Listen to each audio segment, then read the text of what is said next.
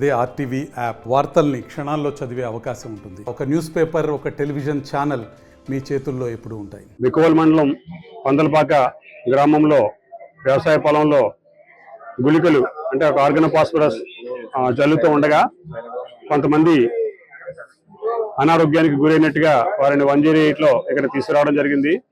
మా దగ్గరకు 8 మంది పేషెంట్లు తీసుకొచ్చిన వెంటనే వారిని మేము మా ఇతర వైద్యులు సిబ్బంది పరీక్షను చూసాము. వారు చెప్పిన దాన్ని బట్టి అక్కడ ఆ పొలంలో గుళికలు జల్లి తర్వాత వెంటనే మజ్జిగ తీసుకుని ఉన్న తర్వాత ఈ విధంగా వారు అనారోగ్యానికి గురయ్యారని వారు చెప్తున్నారు. అయితే మేము పరిశీలిస్తే వారి మిగిలిన పారామీటర్స్ పల్స్ కానీ బీపీ కానీ ఇతరత్ర కూడా స్టేబుల్ గానే ఉన్నారు. వారు కొంత ఆందోళనకు గురవడం వల్ల ఒకరిద్దరికి బీపీ ఎక్కువ ఉంది. అయితే వారందరినీ కూడా పరీక్షించి ఇతర ఇన్వెస్టిగేషన్స్ కూడా చేసి వారికి ట్రీట్మెంట్ కంటిన్యూ చేయడం జరిగింది. ఇప్పటికే ప్రిలిమినరీ ట్రీట్మెంట్ స్టార్ట్ చేశాము. 8 మంది పేషెంట్లు కూడా స్టేబుల్ గా ఉన్నారు. ప్రస్తుతానికి వారికి ఎవరికి కూడా ప్రాణాపాయం లేదు. ఇదే విషయాన్ని మేము హయ్యర్ అథారిటీకి గౌరవ శాసనసభ్యులు శ్రీ నల్లమిల్లి రామకృష్ణారెడ్డి గారికి కూడా తెలియజేశాము. ఆ పేషెంట్లకు అవసరమైనటువంటి పూర్తి స్థాయి వైద్య సదుపాయాలు ఇక్కడ ఉన్నాయి. వారికి చికిత్సను అందజేస్తాము. ఎటువంటి అవసరం ఉన్నా వారిని హైయర్ సెంటర్ కూడా రెఫర్ చేయడానికి కూడా మేము సిద్ధంగా ఉన్నాము. అలాగే ఈ 108లో ఆ పేషెంట్లందరినీ కూడా సమయానికి మా దగ్గరికి తీసుకురావడం జరిగింది. వారికి ఇవ్వవలసిన ట్రీట్మెంట్ అంతా కూడా మేము వెంటనే స్టార్ట్ చేశాము. ఈ సందర్భంగా ఆ పేషెంట్లు 8 మంది కూడా స్టేబుల్ గా ఉన్నారని, అలాగే వారికి ట్రీట్మెంట్ కంటిన్యూ చేస్తామని కూడా తెలియజేస్తున్నాం. Thank you. ఈరోజు బికోవల్ మండలం పందలపాక గ్రామంలో శ్రీధర్ నారాయణ రెడ్డి అనే రైతు పొలంలో కూలీలు గుళికలు చల్లడం జరిగింది, క్రిమిసంహారక మందులు. దాదాపు 9 మంది వారు ఈ కార్యక్రమానికి రావడం, వారు మొదటి గంటలోనే ఒక్కొక్కరు 1 ఎకరం ఈ క్రిమిసంహారక మందుని చల్లడం జరిగింది. దాదాపు వారు 15 ఎకరాలు చల్లడం కోసం వారు రావడం, 9 ఎకరాలు పూర్తి చేసి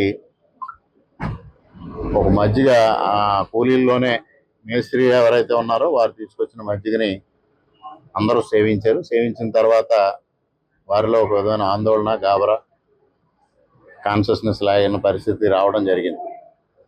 అటువంటి పరిస్థితుల్లో రైతు వెంటనే అబ్జర్వ్ చేసి 108 పిలిపించి అనపర్తి ఏరియా ఆసుపత్రికి తీసుకురావడం జరిగింది. ఇక్కడ ఆల్రెడీ వీళ్ళందరూ డాక్టర్స్ అందరూ పేషెంట్లు వచ్చేటప్పటికే అలర్ట్గా ఉండి వారికి చికిత్స మొదలు పెట్టడం జరిగింది. అందరూ అటెండ్ అయ్యారు.